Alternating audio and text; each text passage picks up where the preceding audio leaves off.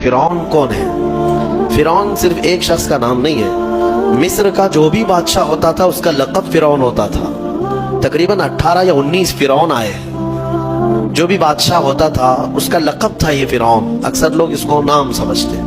अब जो मूसा अलैहिस्सलाम के ज़माने का फिरौन था वो बड़ा जरी था, उसे ताकत पर गुरूर भी था, घमंड भी था। ऐसा है कि तकरीबन 100 साल तक तो कभी उसको सर्दी बुखार भी नहीं आया, बीमार कभी नहीं हुआ। तो आदमी को जब कोई तकलीफ ना आए तो वो गुरूर में बढ़ जाता है और उसे ऐसा लगने लगता है कि मैं सबसे पावरफुल आदमी हूँ दुनिया का, मुझे कुछ हो नहीं सकता। तो यही फिरौन है जिसने अपने जमाने में ये ऐलान किया था कि लोगों मैं तुम्हारा रब हूँ, तुम्हारा बड़ा रब मैं हूँ, मेरी इबादत करो। बात तो चल रही थी और लोगों को अपनी खिदमत पर मामूर करने की बजाय अपनी इबादत पर मामूर करता था। हजारों लोग उसको सजदा भी करते। एक दिन ऐसा हुआ कि फिरौन ने ख्वाब देखा, आसमान से एक तारा टूटकर उसकी गोद में गिरा या उसके महल पे गिरा और फिर आग लग गई उसके महल में। वो घबरा करके उठा, सुबह नुजूमियों को, काहिनों को बुलाया कि इस ख्वाब की कोई ताबीर सही सही बता दे। बहुतों ने अलग अलग ताबीरें बताई। फिर जो बड़े माहिर नजूमी थे उन्होंने कहा कि इस ख्वाब की ताबीर यह है कि बनी इसराइल खानदान में एक बच्चा पैदा होगा जो तेरी सल्तनत को हिलाक कर देगा, तेरी सल्तनत के हिलाक करने का बाइस बनेगा।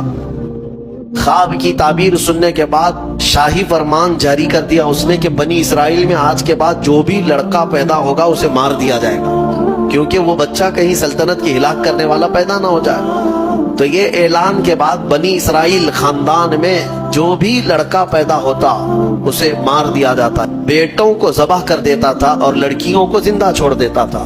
1 साल के अंदर इन्होंने 12,000 बच्चों को ज़बह किया, पैदा होते ही कत्ल कर देते थे। लड़के को जिंदा रहने का हक नहीं था, सिर्फ डर था। ये वो जमाना है जब मूसा अलैहिस्सलातु तस्लीम की अभी विलादत नहीं हुई, विलादत से पहले इतने बच्चे मारे गए। फिर उसके दरबारियों ने उससे रिक्वेस्ट किया कि अगर ऐसे सब मार दिए जाएं तो आपकी खिदमत के लिए बच्चे कहां से मिलेंगे, जवान कौन होगा? तो 1 साल छोड़ा जाता, 1 साल मारा जाता। इत्तेफाक ऐसा कि जिस साल मारा जाने वाला था उसी साल मूसा अलैहिस्सलाम की पैदाइश। उनकी माँ हमला थी और पैदा होने का वक्त जब करीब आया तो अल्लाह तबारक व तआला जिसे जहां चाहे बचाए, हाँ जिस अंदाज में चाहे वो अल्लाह ताला हिफाजत फरमाता है।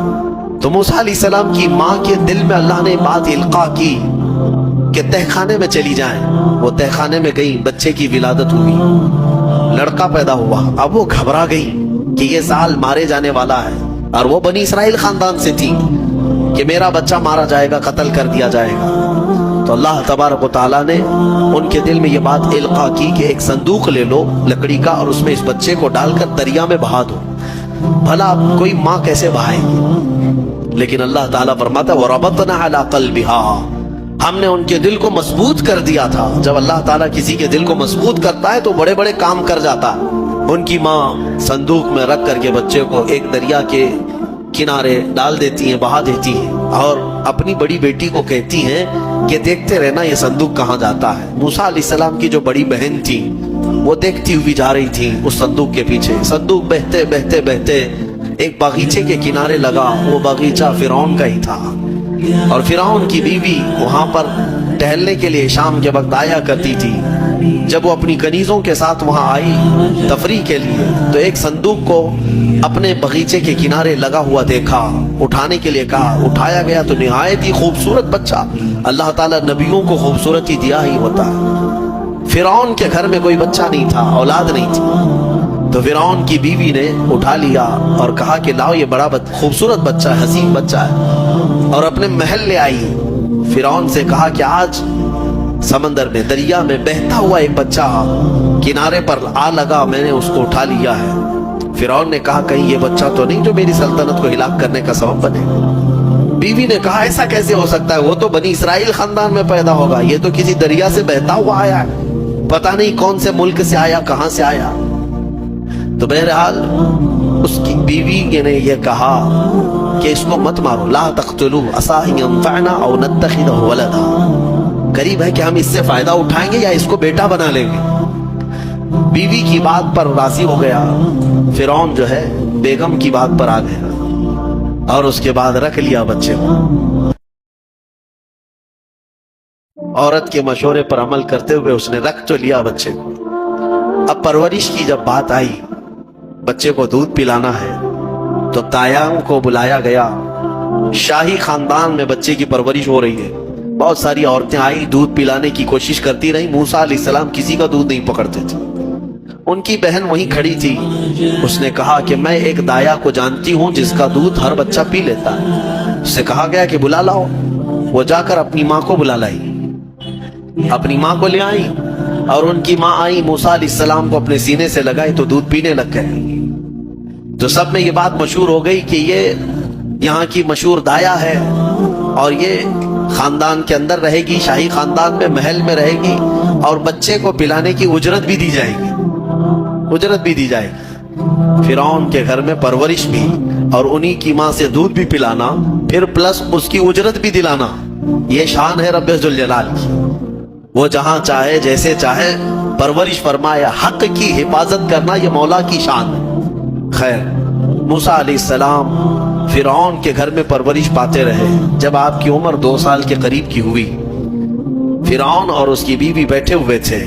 موسیٰ علیہ السلام کھیلتے کھیلتے گود میں آئے اور فرعون کی داڑھی پکڑ کر اس کے منہ پہ تماچا لگا دیا. پہلی مرتبہ کسی نے بادشاہ کے منہ پر تماچا جڑا ہے تو بیٹا گھر کا, لیکن فرعون کو پہلی مرتبہ وہ زناٹے دار جو تھپڑ لگا, ہو سکتا ہے تارے نظر آ گئے.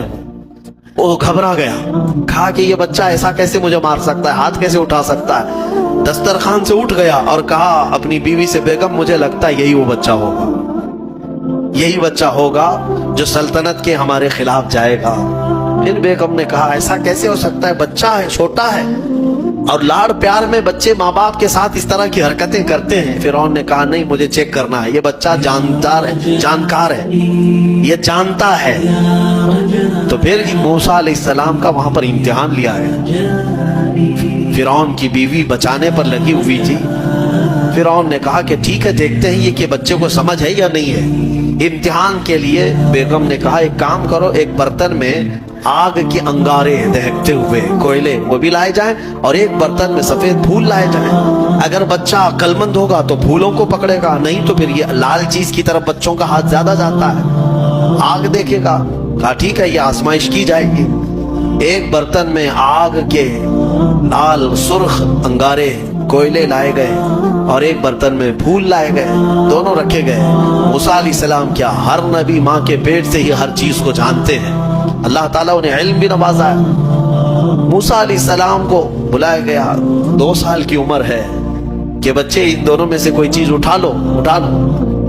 تو موسیٰ علیہ السلام کا ہاتھ پھولوں کے برتن کی طرف ہی بڑھنے لگا. یہ تو امتحان تھا. جبرائیل علیہ السلام اسی وقت نازل ہوئے اور آپ کا ہاتھ پکڑ کر کے آگ میں ڈالا. آگ میں سے ایک کوئلہ موسیٰ علیہ السلام اٹھائے اور اپنے منہ میں رکھ لیے, جس کی وجہ سے آپ کی زبان جل گئی, ہاتھ میں بھی آگ لگی. پھر فوراً ہٹایا گیا. فرعون کو وہ سیٹسفائیڈ ہو گیا کہ نہیں, یہ جانتا نہیں ہے, جانتا ہوتا تو آگ نہیں اٹھاتا. بہرحال موسیٰ علیہ السلام کو اس آگ کے کوئلے کے زبان پر رکھنے کی وجہ سے زندگی بھر اس کا اثر رہا, زبان میں زندگی بھر اثر رہا. پھر جوانی آئی موسیٰ علیہ السلام کی, اسی گھر میں پرورش پاتے ہوئے. پھر آپ وہاں سے نکلے اور آپ کی ماں نے آپ کو ساری چیزیں بتا دی کہ ہم بنی اسرائیل سے ہیں, نبیوں کا خاندان ہے, اللہ تبارک و تعالیٰ کی عبادت پر ہم ہیں, اور فرعون ظالم ہے اور وہ اپنی پرستش کرواتا ہے, اپنی عبادت کرواتا ہے, لہذا ہم فرعون کے خاندان سے نہیں ہیں.